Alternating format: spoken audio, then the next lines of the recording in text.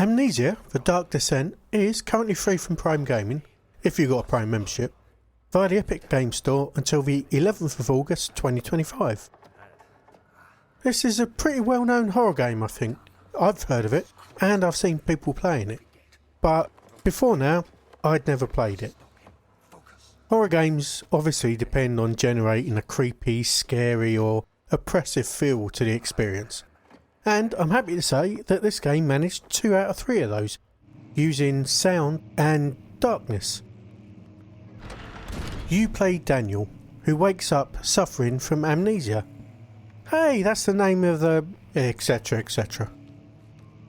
And you're in the hallway of what looks like a castle, feeling woozy, staring at blood on the floor. Not where you want to be.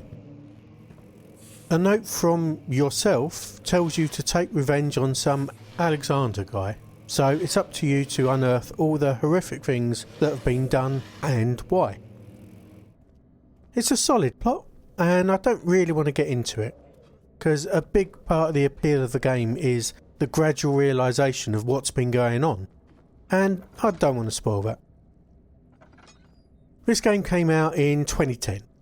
So we're not going to get photorealistic Unreal Engine 5 level graphics. They're alright, they're serviceable, and that's also fine because a lot of the time you won't be able to see them. The game utilises darkness really well with excellent lighting that, along with a limited ability to create light, means I was wandering around the unreasonably large castle in the dark for quite a lot of this game. It's very unsettling, and at points the lack of light became frustrating.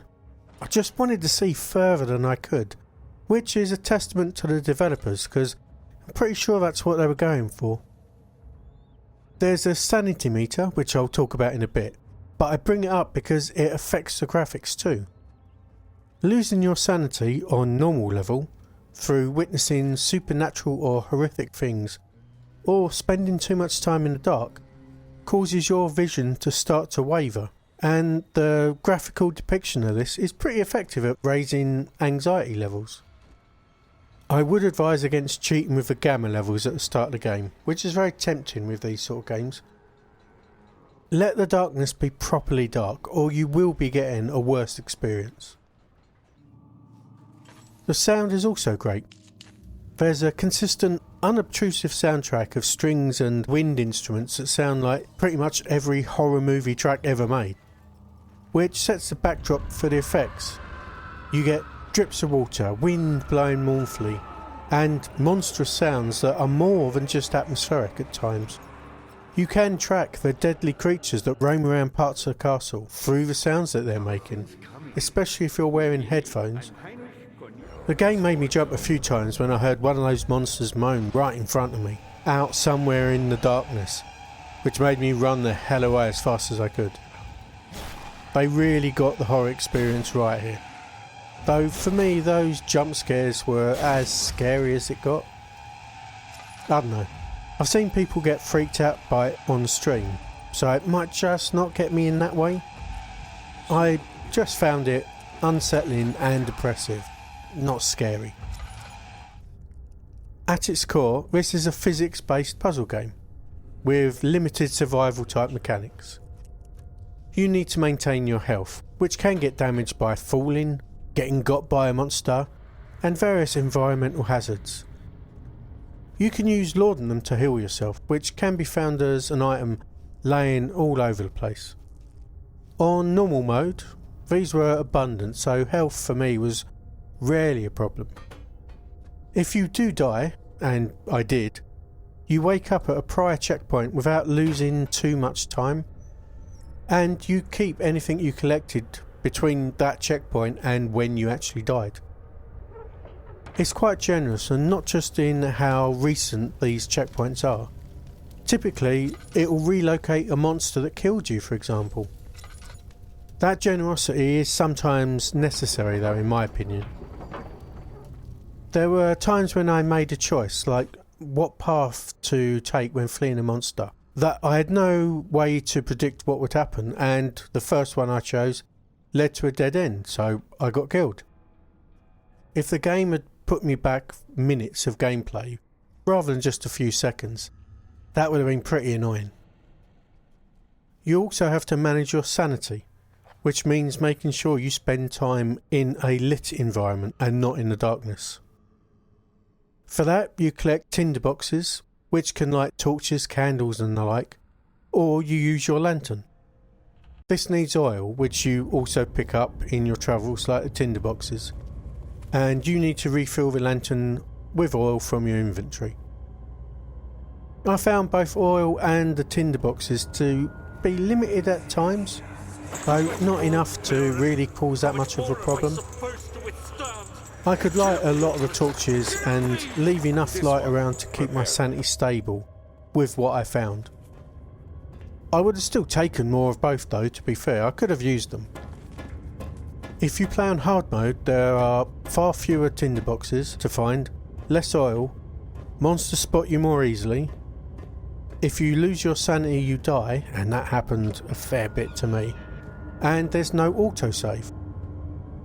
You also have to use a tinderbox to save, which already are in limited amounts. That sounds like a huge pain in the arse to me. I can't recommend you choose this unless you're replaying the game, know where everything is, and want the challenge. I tell you, I ain't doing it. The puzzles are all environmental and often require pretty careful searching. It's all too easy to miss a lever or just not figure out that an item can be used in a specific location. Most objects that can be interacted with will have a response when you click on them, and your icon will change to a hand. But there are a couple of things that I just did not see for ages. I also thought a couple of puzzles just weren't set up very well. I'll give you an example. There's a puzzle that involves collecting pipes to put on a wall. There's room for 4 pipes, so I spent some time searching for the 4th pipe, after finding 3 relatively easily. There's no hint or instructions that I found that related to how to arrange these pipes.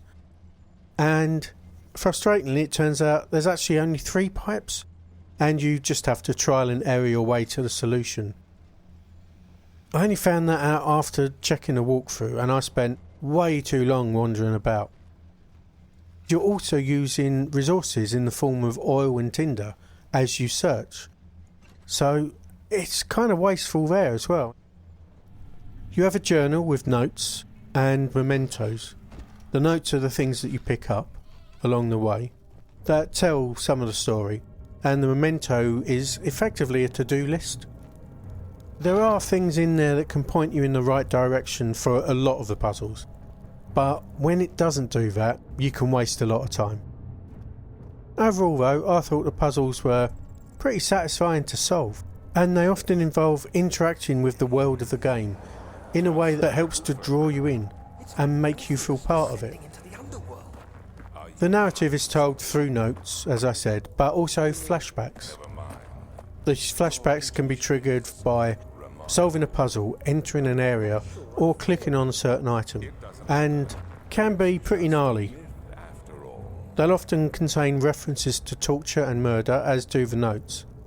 So if those things are a problem for you, I'd advise against playing this game. There are also things like dead bodies lying around in the castle too. You do get naked man dangly bit scares sometimes, but thankfully the graphics are 15 years old, so it's not that graphic. I had a really good time with this, not because of what I just said though. It took me a very reasonable 9 or 10 hours to complete it. Obviously that could be cut down a fair bit by not wandering around looking for non-existent 4th pipes. Yeah, I'm still annoyed by it. But overall I thought it was a well-paced game. I would say if you get stuck, for me checking a walkthrough was less immersion breaking than spending too much time wandering around. Outside of that specific frustration, the game really nails a horror vibe, and I was immersed in the world for the majority of the playthrough. I enjoyed the unfolding story, the grim dark castle environment, and the claustrophobic feeling the darkness created. It's a really good horror game, and I definitely recommend this game to horror fans. Go grab it before it's gone. Okay, time to go back to, what do I do? I can't remember. Thanks for watching, and I'll talk to you soon. Goodbye.